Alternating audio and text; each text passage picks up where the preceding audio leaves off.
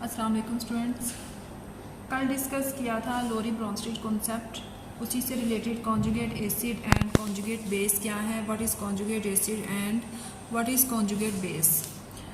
Conjugate acid को define किया गया है, a conjugate acid is a species formed by accepting a proton by a base. इसकी definition है कॉन्जुगेट एसिड की, a conjugate acid is a species formed by accepting a proton by a base. इसी को समझते हैं। आपके सामने एक रिएक्शन है HCl plus NH3 reversible reaction, NH4 positive and chlorine negative. यहाँ NH3 ने क्या किया था, प्रोटॉन एक्सेप्ट किया था। किससे किया था? एसिड से किया था। इन दोनों के आपस में रिएक्ट करने के बाद जब बेस ने, क्योंकि एसिड क्या करता है, डोनेट करता है प्रोटॉन डोनेट किया। किसे डोनेट किया? बेस को। जैसे ही प्रोटॉन डोनेट किया बेस को, हमारे पास प्रोडक्ट क्या आया? NH4 पॉजिटिव अमोनियम आयन, और इसे कहा जाता है कॉन्जुगेट एसिड।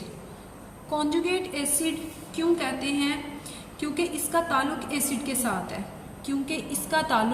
एसिड के साथ है। ये काम कैसे करता है? अगर आप यहाँ देखें, ये बेस है, ये प्रोटॉन किससे एक्सेप्ट कर रही है? HCl से। बेस ने प्रोटॉन एक्सेप्ट किया, किससे एक्सेप्ट किया? HCl से। और ये क्या है?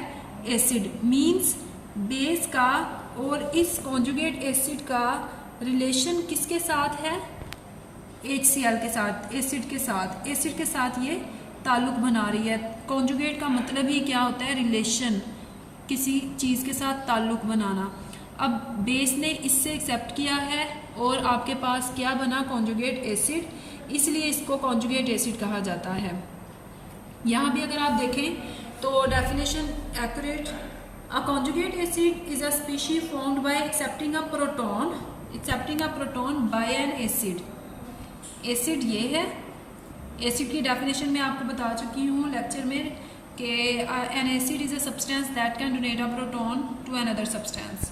मॉलिक्यूल और आयन का भी मैंने आपको कॉन्सेप्ट बता दिया था। अब यहाँ पर भी अगर आप देखें कि H2O क्या है? बेस। ये प्रोटॉन,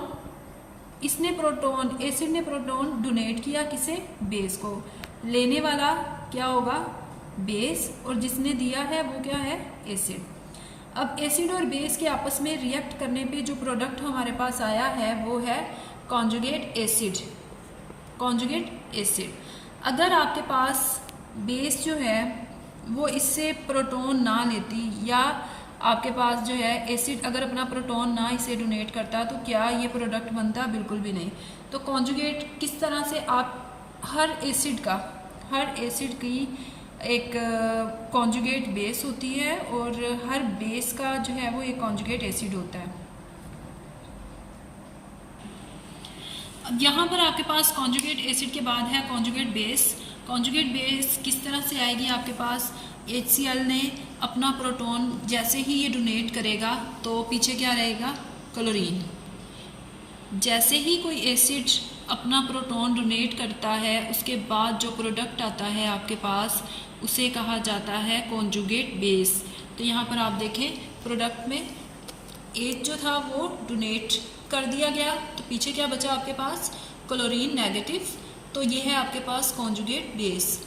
नेक्स्ट रिएक्शन में भी आपके पास क्या है कि वाटर ने प्रोटॉन एक्सेप्ट किया और एसिड ने क्या किया? डोनेट किया। जैसे ही ये एक्सेप्ट करेगा और इसका ये प्रोटॉन इसको मिल जाएगा, तो आपके पास पीछे क्या बचेगा? Chlorine negative. तो ये क्या है?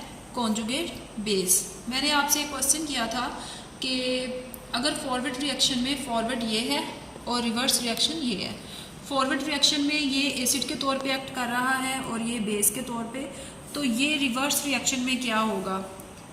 इसके पास क्या है एबिलिटी? क्या ये एक्सेप्ट कर सकता है? इसके पास क्या है एबिलिटी? क्या ये डोनेट कर सकता है?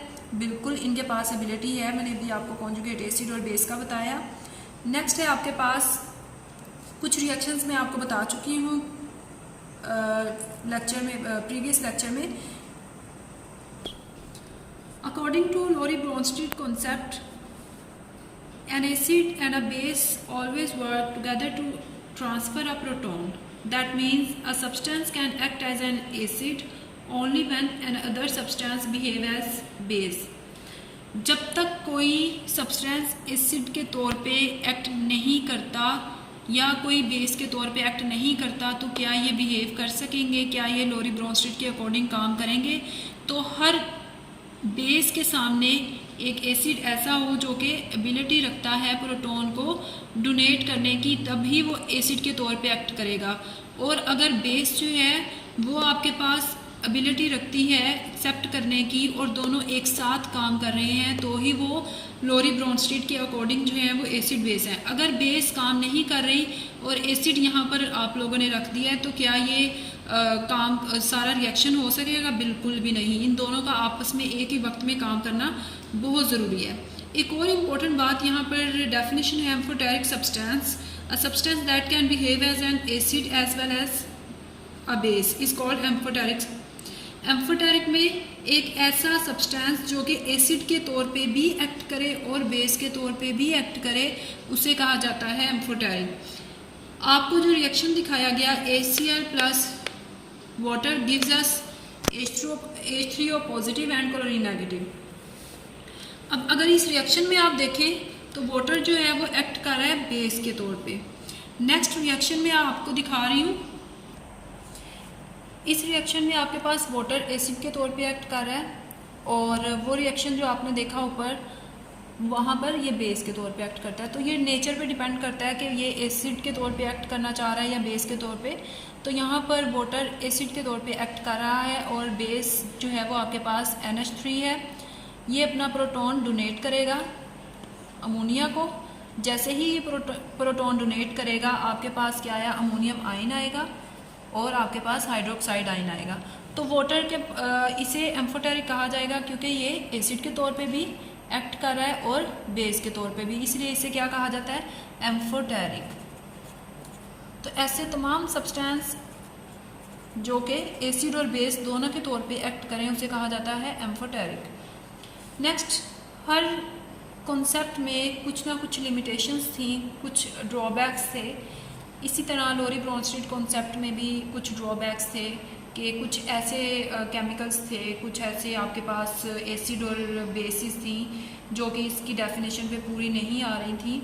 अगर इसको देखा जाए SO3CaO, अब यहाँ पर कुछ एसिड और बेस थे लेकिन इनमें एबिलिटी नहीं है, ना तो ये प्रोटॉन डोनेट कर सकते हैं ना तो ये ले सकते हैं। तो फिर ये कहाँ पर जाए? ये लोरी ब्रोंस्टेड की डेफिनेशन में जो है वो फिट नहीं हो रहा था, उसके अकॉर्डिंग ये पूरा नहीं कर पा रहे थे कि किस तरह से ये एसिड और base according to Lowry Bronsted होगा। तो ये कुछ लिमिटेशंस थी जिसकी वजह से जो है वो इसको रिजेक्ट किया गया कि एसिड और बेस जो है वो अभी भी क्लियर कट पता नहीं चला था कि एसिड और बेस एक्चुअली है क्या। तो ये था आपके पास Lowry Bronsted concept, very important long question, और इंशाल्लाह नेक्स्ट डिस्कस करेंगे नेक्स्ट लेक्चर में।